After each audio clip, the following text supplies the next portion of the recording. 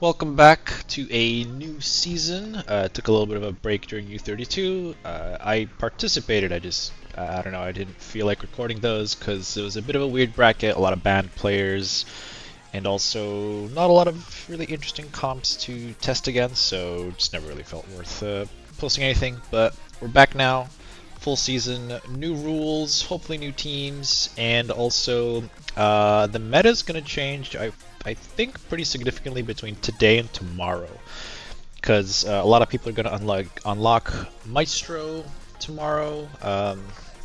Blade only got one red star since last week, so I don't think we're going to really see Avengers yet. But next week with Julia coming out, I do think we're going to see Amazing Avengers replacing Immortal Weapon. But we'll see. Who knows? I haven't really tested with the full team to know if they can do anything. Otherwise, though, we can look at what we got today. I already I one-shot everything, as you can maybe see, but also there's some weirdness with the results. It looks like U32 scoring is active, which means previously you would have gotten an 800 maximum bonus for not dropping accounts. Now it's 1,000, so 200 extra per room. So if you want to do the math, you just subtract 1,200 from this to just know what it would have been in the previous system. So this would have been a 50,213. So pretty efficient. Having said that, though, this bracket that I'm in today, or this weekend, I guess, is a little light, I'll say. I think there's 3 people without an Nihilist, including this person here. So I somehow dodged a lot of the big accounts. So maybe we can do a 3-0, who knows, but I still have an Nihilist on offense, so there's more pressure on me to not screw anything up, but my defense hopefully will hold. Otherwise, for today we've got Symbiote 6 with Professor X. On the semi-smaller side, I'd say. Even for Professor X, no diamonds here, but anyway, that's room 1. Room 2 is Starjammers without Lalandra, so clearly this individual has saved them or saved her for Exalted, which, you know, we'll see how that goes. Professor X Phoenix Force with Hank and Shuri, which used to be a trap for Damon, but these days not really a great defense, and we'll talk more about why, and also why this room is bad for them. Well, maybe not bad, but there's better rooms to put this in. So we'll talk about that. New Mutants in 4, just full, somewhat big as well, quite a few diamonds. Then we have Blue Marvel with Exalted in 5. Storm did get a buff recently where, God, what does she even do now? She prevents exposed. I forget, but basically it's meant to mess with Odin. Actually, yeah, it's the usual, hey, you were immune to this, but JK, you're not. So we'll see if that changes anything, but as you already know, I one-shot this, so doesn't look like it's changed too much. And then in room 6, this is just an efficiency sink. It's, you know, a lot of high health characters with a Thanos and a double tank, so this is just here to draw efficiency because of the room rules, which also this changed slightly from last season because this line is new. So there could be some interesting things here where if you can get a heal block on characters, you can bypass whatever the pre-taunt is. Not sure if that'll end up mattering or not, but it's a slight twist. I didn't actually notice if it was working or not, but I also kind of just blasted this room anyway. So yeah, Mephisto sus, a lot of health. You gotta stop speed stat, speed bar, and then Thanos here for his passive. But yeah, again, you kind of know that this went well. But if you want to know what I did, let's check it out. Starting with stage 1, so this looks worse than it was, because it looks like I took a bunch of damage, but as you'll see, this was never even close to me losing, and you'll see what happened and why I took some damage. But yeah, I kind of overkilled this room because I wanted to assume that there was an Annihilus Symbiote 6 here and that I mirrored it, and I want to say I can beat it. Not exactly with this team, but you'll see next time it comes up. But anyway, let's go in and see how this goes. because it's interesting. I think this is a pretty good comp. Although I think Fantastic Four. Actually, no. I guess you can't use Fury here. So I mean, this is definitely a solid room to run if you don't have a Nihilus, because Symbiote 6 are pretty spicy, and then Professor X takes away some of the weaknesses. Like I was about to say, like, you know, you could do Fantastic Four Fury, but with Professor X here, you actually cannot do that because there's no speed up to spread. So this is a solid defense. You can definitely beat it, but it's a pretty good replacement for an Nihilus. So I lost the coin flip here. So so this will always hurt because Quicksilver does percent health damage. Like he does his normal damage and percent health damage. So you know you'll see everyone here gets chunked pretty significantly, even though this is not a giant Quicksilver. So pretty good damage. Then that triggers my Annihilus to go because I lost the coin flip on Quicksilver. See, this poor Professor X is almost dead already. Then I did my Quicksilver ultimate. -3 diamonds, so you know, did a little more damage than this one. So he's terrifying, honestly. Then I lost the Riot coin flip as well, so he got to go. This is where kind of the rest of the damage came from. And then here I just did the Riot special down the middle, just to kill Professor X because he was low and the ultimate would have given him barrier. So the special does 400% damage to all targets, so might as well just do that. And clearly the fight is already over. My null goes, clears all debuffs. So yeah, they took 2 turns, and because they prevent barrier and because Quicksilver does percent health damage, you know, again, it looks like it took a bunch of damage, but it wasn't really too bad. So actually, what happened there? It looks like I'm dealing damage to myself. I'll have to look at the replay there because a bunch of damage popped up. I think this is worse because I'm killing myself somehow. Interesting.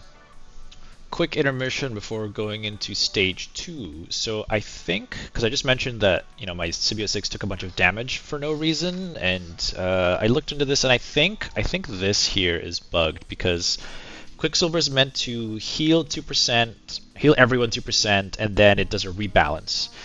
And at first I was like, well, maybe the damage coming through is the rebalance because it's kind of showing up as, you know, healing and then taking some away from certain people. But it felt like my overall health across all of my characters was being reduced because I didn't take a lot of damage from the enemies, yet somehow like my team ended up at like half health. So I think something weird is happening here where he might be healing everyone for 2%, but then they also take 2%, which at that point is more health lost than you would have gained back. I don't know. I reported it, but I think something is weird here where they're basically killing themselves, which is a little tricky. Otherwise, let's move over to stage 2. I mean, we can quickly take a look at this one, but you know, you can see it's pretty efficient. I brought Darkstar in, which I usually don't. I was actually going to bring Gwen as a pre-taunt, but then I used her somewhere else by mistake.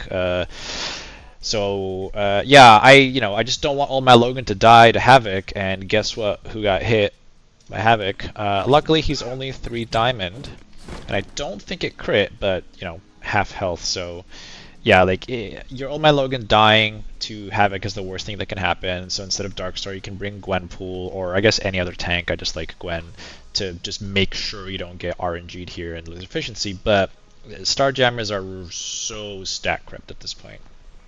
They can still be tricky if you don't bring Thunderstruck and Blastar and try to do like a Captain Britain Emma comp, because those characters are also not super powerful anymore. But you'll see here, you know, we do the Saber ultimate to get past Nova.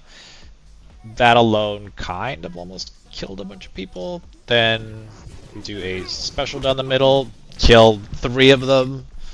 And then Darkstar Ultimate is a permakill as well, so that's it basically. So Starjammers, they're still good because you want to pull, you know, a Thunderstrike or a Blastar or something, because you kind of need to stop both speed stat and speed bar. But if your defense is really light across the board, they're just too efficient to kill these days. So if you want to run if you want to run Starjammers, you kind of have to tax your opponent elsewhere to make this room really matter, or just save them for offense, honestly, at this point. All right, stage 3. So yeah, this is a composition that was created to explicitly counter Daemon comps. Because early on, people were just throwing Daemon here because there really wasn't any use for them elsewhere. This is kind of the best thing to do. You could just blow something up and pause. But these two mess with Daemon. So if you try to Daemon this, you're in for a bad time because the Shuri goes fast, then Hank will also go fast and do a trauma slow offense down on Daemon, so he loses his turn, doesn't hit as hard, it's a whole thing. So that's fine, but these days it's mostly Professor X that goes in here anyway, so these two are just not good. There's still a minor trap here, well not trap I guess, but you know, Shuri's gonna auto-target the highest speed stat controller, so she'll go for Jeff and ability block him. But even if you do that, I don't think you're gonna really lose this fight anyway. You bring Quasar here just to give immunity to everyone, so what Shuri does is irrelevant. And then, I mean, you can see it's pretty efficient. I actually almost accidentally screwed myself over here, which is kind of funny, because I underestimated some damage. So I would play this a little bit differently next time. So, oh yeah, and this was meant to be Mummy. I was gonna do Gwen in, you know, like I mentioned, the Starjammer room, but whatever. So yeah, Black Panther goes. See, tries to go for Jeff because he's the controller. He's 129, but don't care because I've got dodges as well, but also immunity, so it wouldn't matter anyway. Now Jeff won the coin flip, so we do what we always do. And Shuri's already dead. Hank almost died already as well. Now here, because Quasar won the coin flip, my thinking was, you know what, I'm just gonna blast Phoenix before Professor X goes, so that even if she somehow takes a turn, I don't care because speed bar is still gonna be stopped. But also, Professor X should go before Dark Phoenix anyway, so you know what, I'll just remove some of the threat there. What happens is though, I mean, I was successful in killing her, but then Professor X got blasted, and then not that I got super low, but this makes me uncomfortable. This is too low for Professor X, and that was literally all the stuff from what's his face, Omega Red, when Phoenix died. So in hindsight, I would have probably just basicked on Omega Red or just gone for Magneto instead, because Professor X is gonna kill him anyway. So as usual, just slow play it. It's just so much safer to slow play it. But otherwise, yeah, now finally Magneto goes. He does stuff over here, but it doesn't really matter. Professor X goes. He does a special on Omega Red. He's gonna die because Omega Red hits like a truck. And then because I have Time Orb on Gwen, she kind of ends the fight. Now, the one thing that I wanted to mention is because Professor X or Daring Warriors are, you know, 95% of the time, that's what you're throwing against Phoenix Force, do not put them in this room. Because, oh, can't see here. This is the room where you get assists for Raiders and Skirmishers. But Daring Warriors stop assists. Professor X also stops assists. So you're basically not taking advantage of the room. You want to put something in this room that normally doesn't require assist stoppage, and now you're forcing them to fiddle with their teams in a different way. So do not put Phoenix Force in this room. Unless, because maybe this could be interesting. Someone could play with this. I was debating this because, let's see, Professor X abilities, passive. Enemies cannot gain assist until this character completes a turn. So there might be a version where you come up with a comp of like a supporting cast that is like, you know, 126, 125, where they go after Professor X, and basically now assist trains are available. But because Professor X probably already like blinded and killed half the team, that's probably not worth doing. But anyway, yeah, TLDR, don't put Phoenix Force in here because the common counters already stop assists, so you're not taking advantage of the room. Put something else in here. So stage 4, now I'm not going to show the replay here, but this is definitely the right room to have New Mutants in, or at least an interesting one, because the room rule removes Safeguard and Trauma from all characters on any turn, I guess, or even your own turn. So, in theory, what should happen here is on his turn or whenever, Warlock, if he has trauma, he'll drop it. And most counters here that aren't Daemon, and it's usually a cursed and something, assume that you can ability block this guy so he doesn't undo everything you've done. Obviously, you can also kill Warlock before he goes in some cases, but that gets trickier with magic here. So this sort of forces you to Daemon this room, which is great because that means you're protecting the rest of your rooms for Daemon, or your opponent might fall into a trap. So in my case, I Daemoned it because I don't have a cursed on offense anyway and haven't had them for like 2 seasons. So I'm okay with this. But yeah, just beware if they're in 4 that a curse counters might not work. There's definitely a little bit of order of operations. Like if it's only on their turn that this gets removed, then if it doesn't get removed in time for Warlock to flip things, then it's irrelevant. But if it's on any turn, then he definitely won't have trauma. So we'll have to see how this plays out after this round. But yeah, otherwise, just gonna move on to stage 5, and this is probably the most interesting one of today. So with the buff to Exalted, with Blue Marvel, this comp is, trickier than usual. Otherwise, this is a relatively good-sized team, other than Morph, and also he's a striker, which I prefer him as a raider because he multi-hits, but he also bleeds, so I can see why someone might have striker. Plus, I guess if you get a lucky assist from Jubilee, then, this can get worse. So maybe that's what this person is banking on.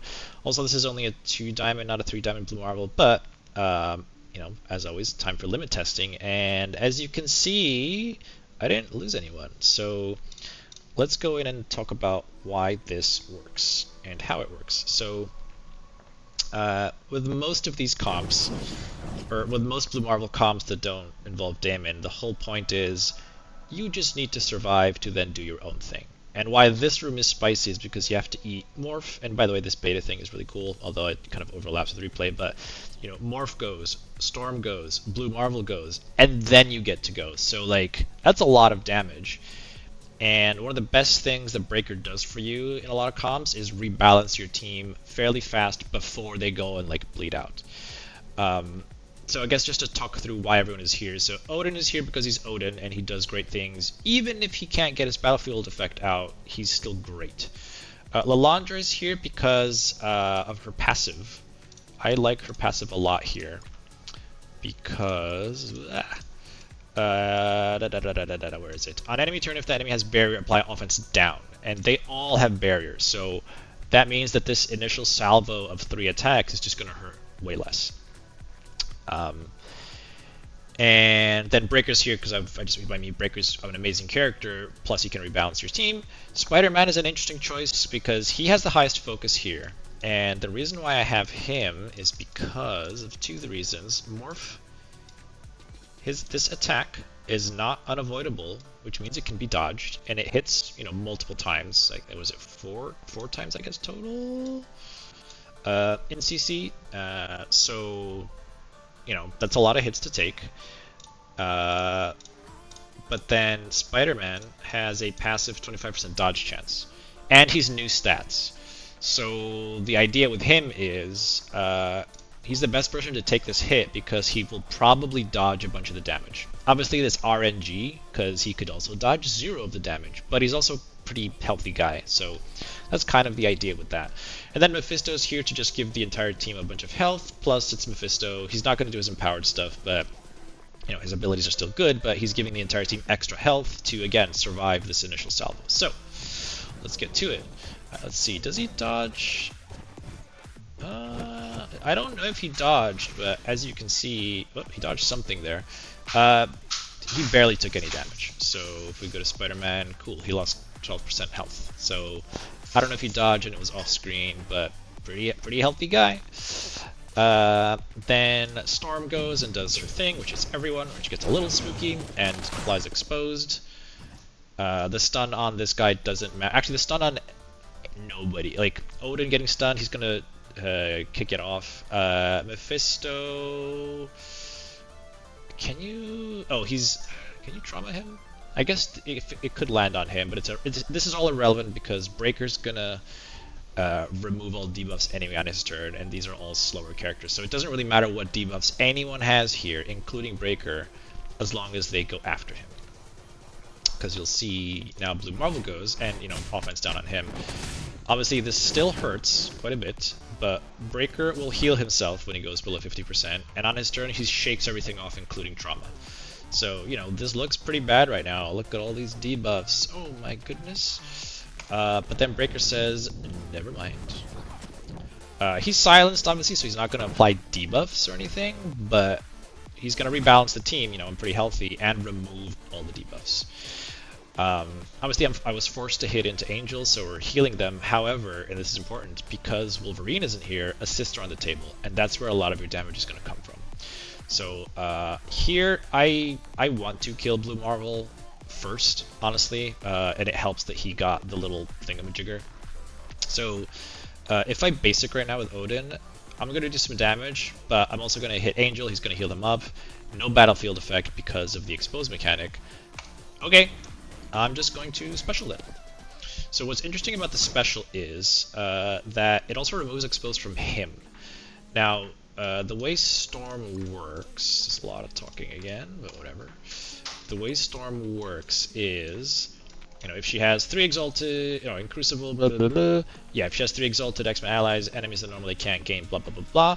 And as long as any enemy character is exposed, you can't get a BFE. So one of the ways of dealing with this composition is, okay, I'll just kill Storm before Odin's second turn, and then I'll just swipe and get the battlefield effect up. But in this case, I am more worried about Blue Marvel taking too many turns. Oh, and also you do get speed up because, Storm has taken her turn at this point. So right now, like, everyone is, super healthy, and they've done their initial barrage of damage.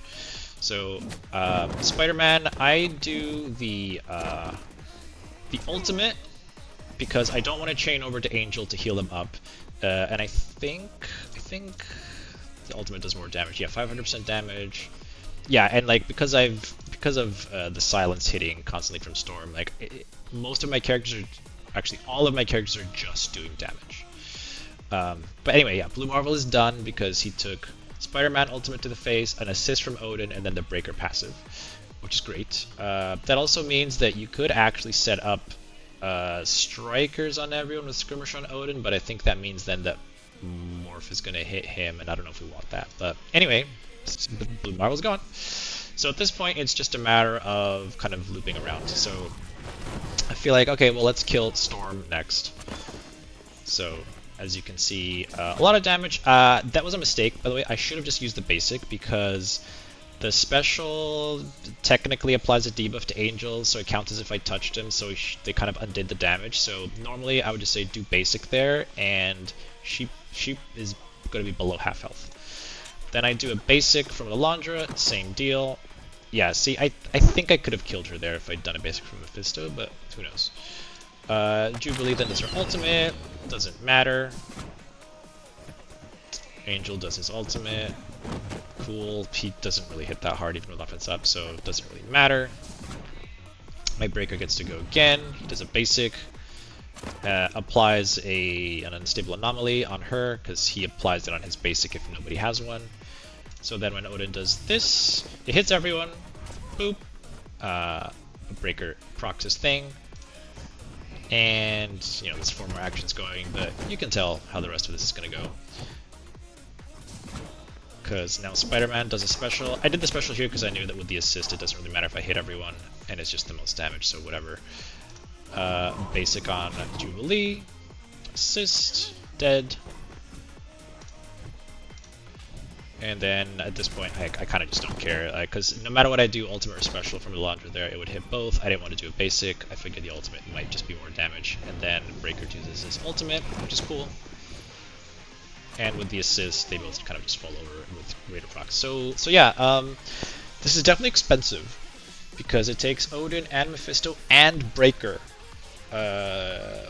But this takes out let's just say a premier team plus Blue Marvel, and it's fairly efficient. Like, the turn order isn't the best. and I'd be interested to see how this works with a bigger morph, but I think Spider-Man can basically take the hits. He's also a raider here because he just naturally has the most focus, so I guess if I was worried I could also make him a fortifier just to, you know, take the hit even more, but otherwise he's, I don't know, maybe there's something else better here, but I just like the fact that he can dodge a bunch of the hits from Morph and just take very little damage. Maybe there's someone else that's tankier, maybe I could make Breaker here, but I just don't want him to die. And like, if Spider-Man does end up dying, it's not the end of the world. This is probably just a little less efficient, but yeah, I like this. There's probably some room for it to become a bit better, but for now it works. Mephisto can also be replaced with some other things if you're stretched thin, but I think for right now this is the best version if you can afford it. And then there's definitely more budget ones that get a little spicier, but we'll see if we're forced to use those. And finally, stage 6. Again, this is just an efficiency sink, and I really wasn't taxed too much across my entire defense, so I could use Fantastic Four and Sentry over here. It's fine, I guess. Like, this room isn't bad, but again, what matters with Cosmic Crucible defense is your total defense, like the total puzzle. So you have to think about what your opponent probably needs to use in each room to know if what you're setting will actually matter. So like, you know, again, I could afford to use Thunderstrike and Blastar freely, I could afford to use Mephisto and Breaker freely, I had Sentry available, like, but also this one, I could have just had, like the alternative if Sentry wasn't available is I would have just brought Black Knight, and maybe I would have put Old Man Logan here, because Black Knight was basically solo Sus, because Sus can mess with Fantastic Four if you don't like stop him, but there's other ways of dealing with him. Like, I had Captain Britain as well, I could have brought him, so this room is fine, but overall this defense did not tax me that much, and I don't have a Cursed, I don't have Starjammers, I don't have Daring Warriors, I don't have Exalted, I don't have New Mutants, so, you know, when I turtle up so hard, and I'm not taxed, it's not bad, but it really points to a defense that could definitely afford to be a little bit heavier in certain areas, but also, you know, maybe this person's playstyle is just heavy offense, and that's totally fine. It's just not how I like to play. So we do this, an ultimate from Invisible Woman with assists as always. And we do a special from Human Torch. And yeah, and this is also not stopping speed stats, so I'm just blasting away here. And then we do... yeah, and I did... So that's the only quirk here. I did the Franklin Ultimate on Sus because when Sentry goes, speed bar is on the table again. So I just wanted to kill him before it even matters. And hey! He evaporated! And then, you know, Thanos procced, but... you know, he hit into bears, so who cares? The only damage I'm taking in this fight is Sentry killing himself and the 15% health from the room. So, yeah, this is also why I like Mephisto on offense, because these days it's just too easy to kill him with like a Fantastic Four comp, unless you invest really heavily in a Mephisto room. I just think he's more versatile on offense. He can kill a Blue Marvel before he goes, he gives your team that extra health, his battlefield effect is really good. He's a great character, but he's also a bizarrely very squishy still. So I just think it's better to, like, I'd rather have Mephisto on offense and put the entirety of New Mutants on defense, or the entirety of a Cursed, because he's just more flexible. And that was it for this room, so let's see if we won or not. And we did get the win for this round. My opponent struggled a little bit. This new numbering system is a bit confusing, but they dropped 5 total and didn't clear 1 room, so a pretty convincing win. But I had the Annihilist advantage anyway, so not exactly surprising. So see you tomorrow for the next round.